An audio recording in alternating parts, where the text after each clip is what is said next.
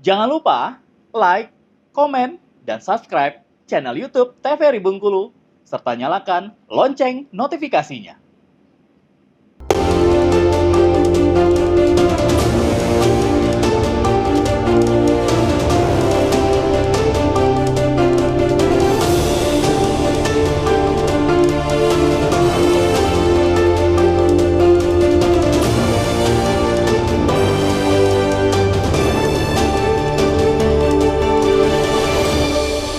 Terima kasih Anda masih bersama kami di Beredor Ruang Konsultasi. Pemirsa, kita lanjutkan diskusi kita terkait dengan cyberbullying. Kita masuk ke segmen kedua, ini terkait dengan dampaknya, Mbak.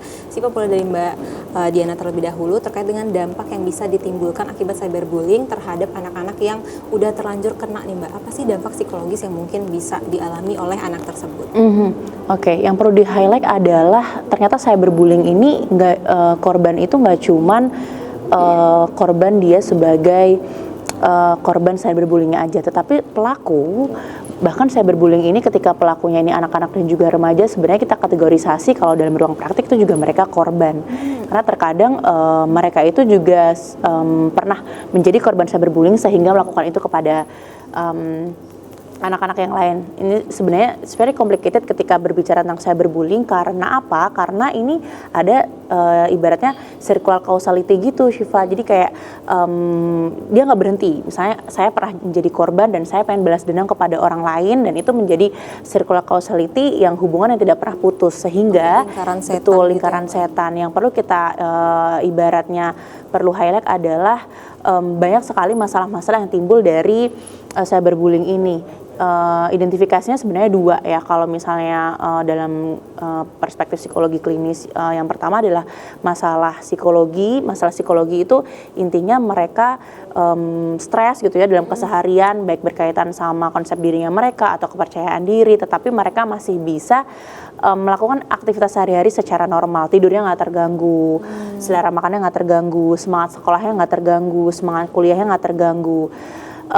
Atau misalnya dia ngelakuin hobinya nggak terganggu, mood dia nggak terganggu. Tetapi ketika sudah mengganggu aktivitas sehari-hari, misalnya mulai nggak bisa tidur, tidurnya mulai berantakan, mulai nggak mau makan, terus dia mulai menarik diri dari lingkungan, tuh ada fungsi-fungsi sosial yang udah mulai terganggu. Nah itu tuh masuknya mulai ibaratnya mulai waspada banget, karena berkaitannya nanti dengan gangguan gitu ya, gangguan psikologi, dan itu beraneka ragam sekali gitu. Kalau kami kategorisasinya kan ada yang namanya neurotik, ada yang namanya psikotik, ada kepribadian. Apakah cyberbullying ini bisa berpengaruh sampai ibaratnya kehilangan realita? Ada banyak juga kasusnya gitu ya, dari cyberbullying dia menjadi korban, akhirnya ketika misalnya dia ditambah lagi turunannya juga ada ternyata orang tuanya trigger atau resiko stresnya juga tinggi, dia juga ada masalah kecil aja disentil, aduh dia jadi hilang arah banget tuh, bisa jadi down banget gitu kan. Kalau masalah mungkin gangguan-gangguan yang awal banyak terjadi, kebanyakan misalnya dia cemas ya, gangguan kecemasan, jadi anxiety, terus juga misalnya arahnya depresi, oh aku nggak mau sekolah lagi deh, aku nggak percaya diri deh gitu. Terus misalnya ada arahnya ada yang namanya post traumatic disorder ya gitu. Post traumatic syndrome ini dia misalnya kena bully sehingga dia itu trauma banget, akhirnya ya berpengaruh segala hal, mulai dari intelektualnya dia, mulai dari emosionalnya dia, bagaimana komunikasi ke orang lain, ini arahnya udah post traumatic.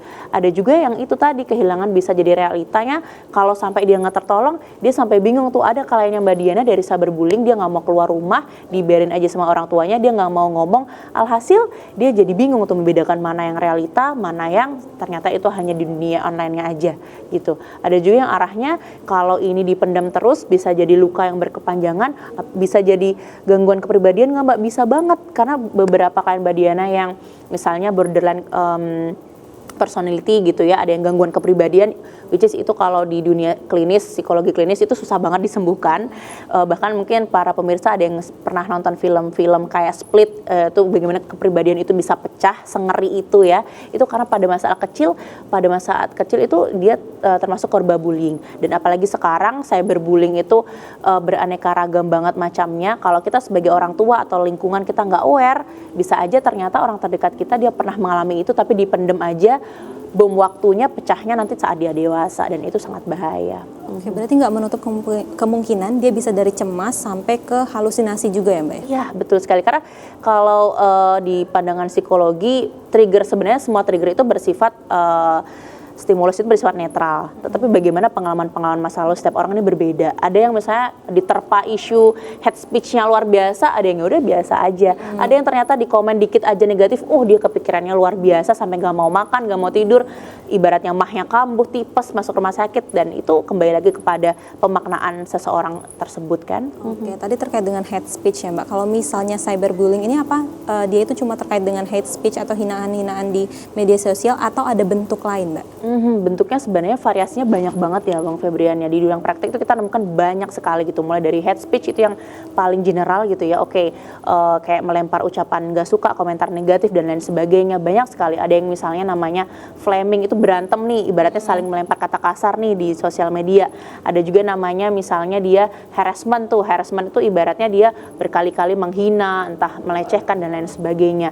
Ada juga namanya outing itu ibaratnya menyebarkan rahasianya dia gitu kan. Terus ibaratnya ada yang namanya impersonation, itu kita pakai, ini sekali lagi ngetren juga, tiba-tiba identitas sosial media kita dipakai sama orang lain untuk menipu. Sekarang kan lagi ngetren tuh, dan itu termasuk cyberbullying. Oh, itu juga cyberbullying berarti ya Mbak? Itu termasuk cyberbullying, bentuknya luar biasa beraneka ragam. Ada juga namanya disgration gitu ya, bagaimana bagaimana menyebarkan gosip yang negatif nih tentang orang itu banyak ya sekarang ya. Misalnya apalagi ketika ada nih orang yang misalnya yang tidak disukai, akhirnya disebarkan gosip-gosip negatif, dan itu kan termasuk serangan-serangan, itu disebut cyberbullying. Dan masih banyak bentuk-bentuk lain, dan tidak memungkiri bahwa bentuk ini akan semakin beraneka ragam ketika dunia online ini kan semakin hari semakin berkembang.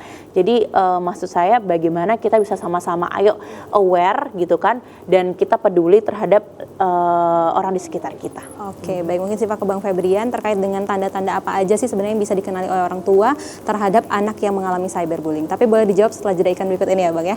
Baik, pemirsa tetap bersama kami di Beranda Ruang Konsultasi.